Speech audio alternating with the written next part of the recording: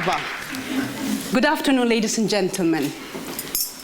I will start off with an Eritrean dance that show a little bit of my culture. So, she's a famous Eritrean singer and dancer and an ex-rebel resistant fighter. Her name is Elsa Kidane. Okay, I need a few volunteers and you follow my lead.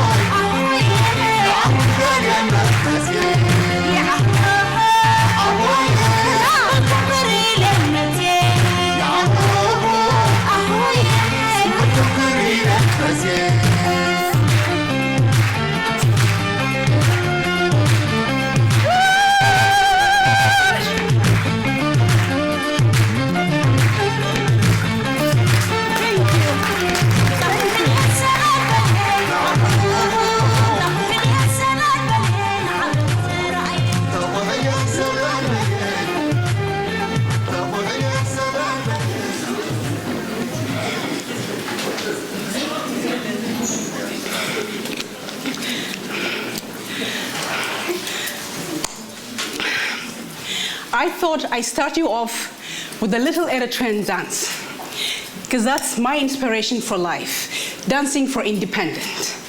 What's your muse? My name is Tighereda. I'm from Eritrea, born in 1969 in Asmara, the capital city for Eritrea. Eritrea borders Ethiopia, Djibouti, Sudan. And Eritrea is in the heart of the Red Sea. In the mid-1970, Eritrea was in civil war. I belonged to a normal middle-class family where I went to an Italian kindergarten. Why? Because Eritrea was an Italian colony. And my dad was supporting a resistant army because we were in a civil war fighting for independence from Ethiopia. And my dad has been told, if you don't leave tonight, you will be executed the next day. So I was about 8 years old. I remember very vaguely. And he had to leave for 1 year, and then the next day, the police, it was Mengistu dictatorship, maybe most of you know, during the Soviet days. My mom was interrogated by the police. She was pregnant with my youngest sister at that time, and they let her go because she doesn't know where my dad went. So after a year, we heard he was alive. So it was about time to go and be reunited with our dad. So we had to leave me and my mom, and my little brother and sister, and she just got a baby girl who was the only 7 months old baby, my youngest sister. We had to walk for 3 days where we're hearing shooting from both sides, from the Ethiopian side to the right, from the Eritrean side to the left. After 3 days, we reached my dad. We were happy, excited, of course, to be united, to be together again. And we were driving with my dad to go to the refugee camp in Sudan.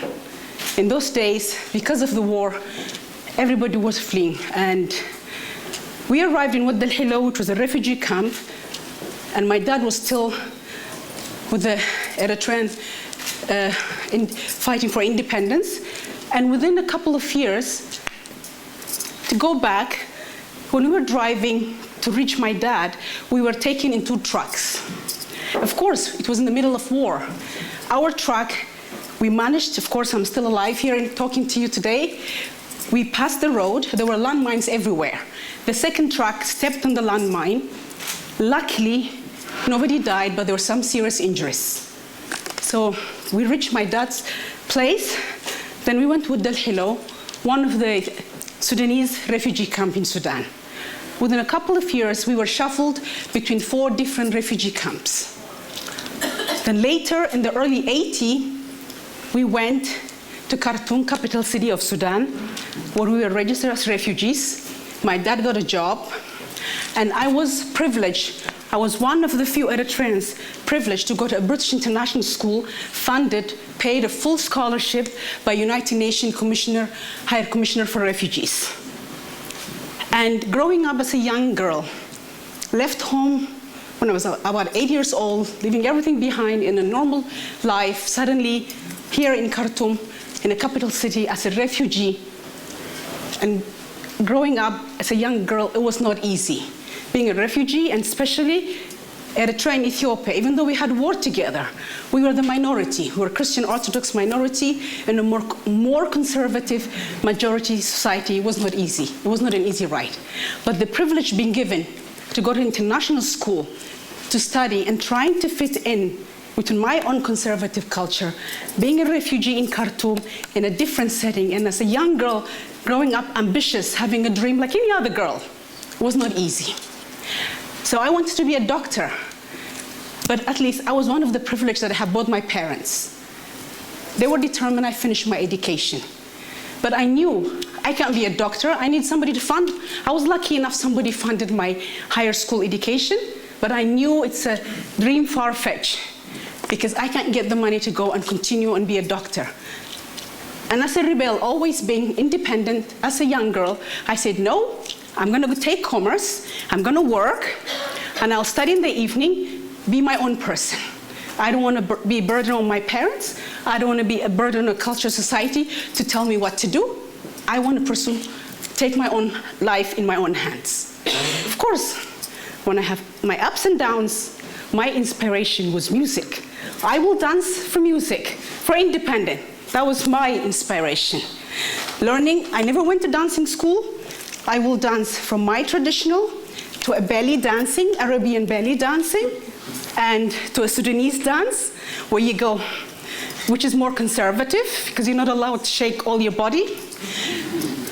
And I started working. I was one of the lucky ones. Still find it difficult. Can't fight for my rights because I was a refugee. Even though my colleagues did the same job, they get extra pay. They have more rights than I do. I should be grateful, which I was humble, because my parents gave me all I needed. They gave me the opportunity.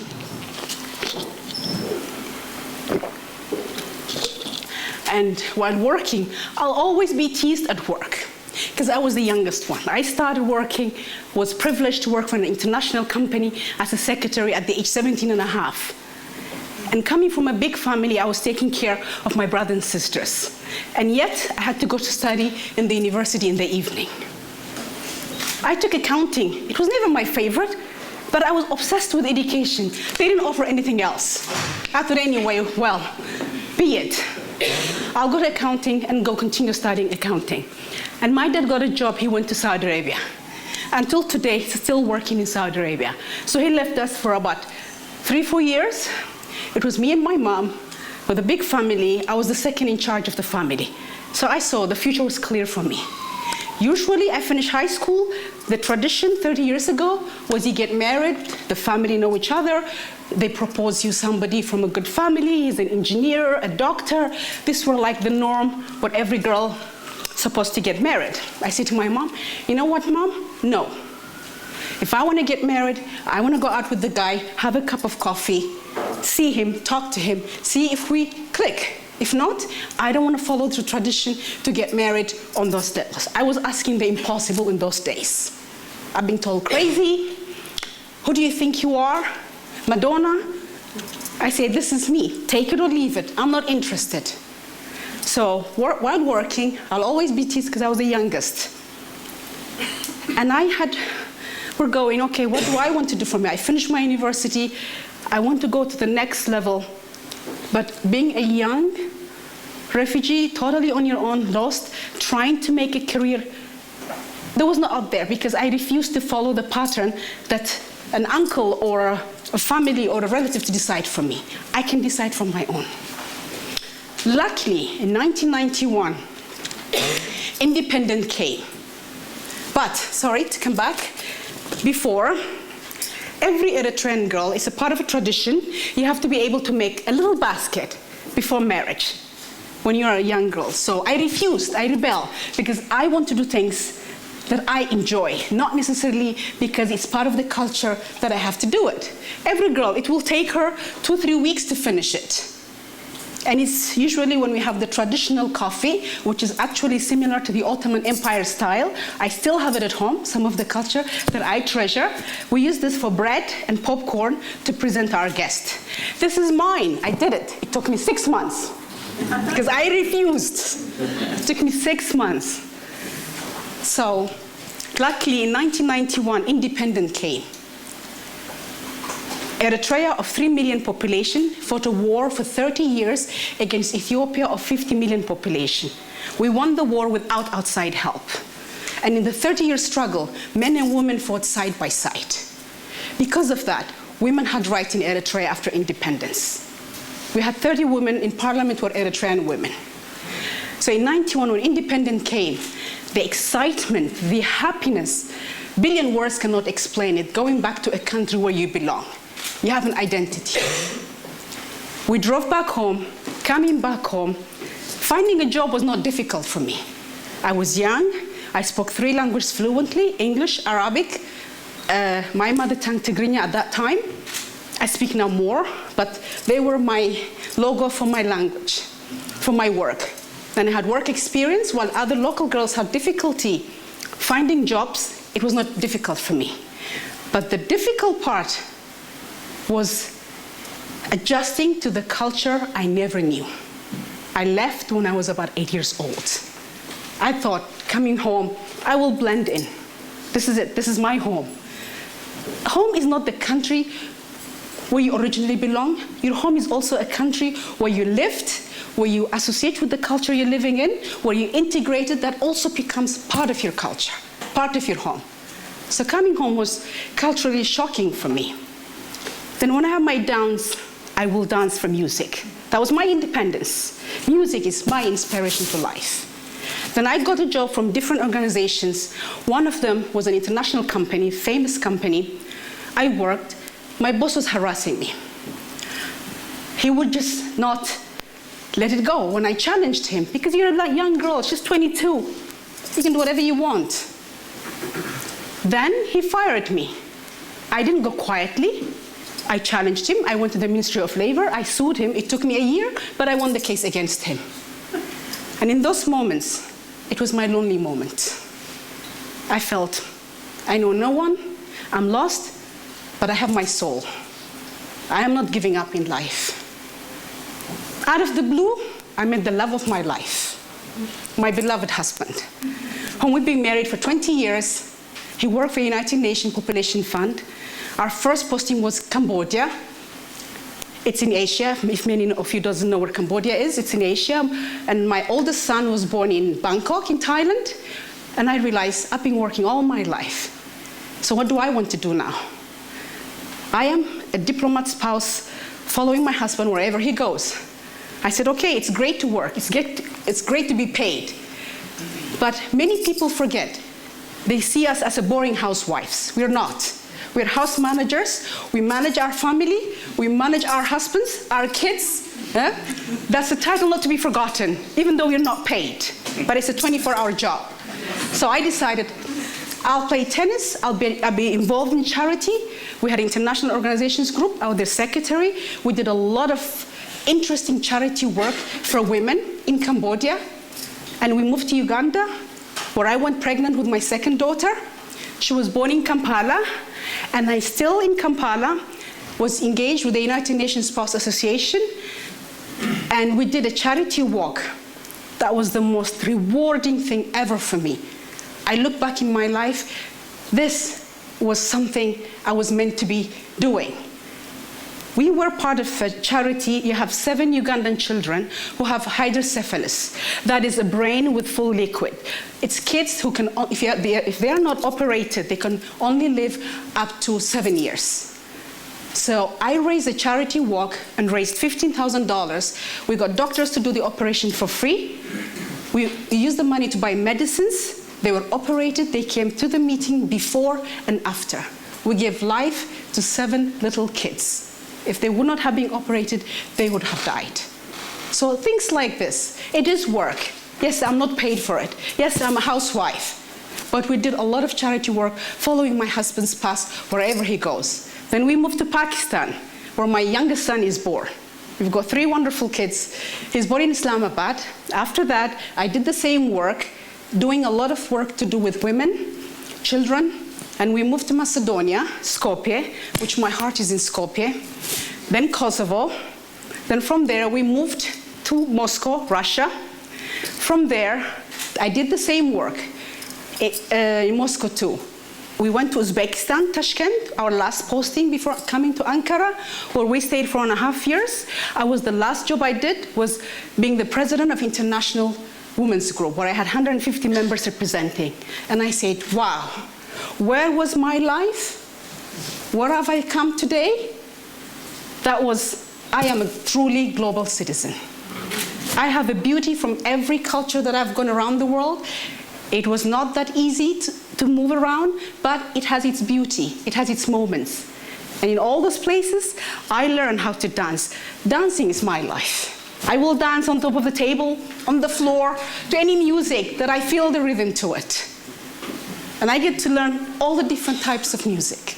And then I come to Ankara, to Turkey, to this beautiful country. Here I am talking to you. Thank you.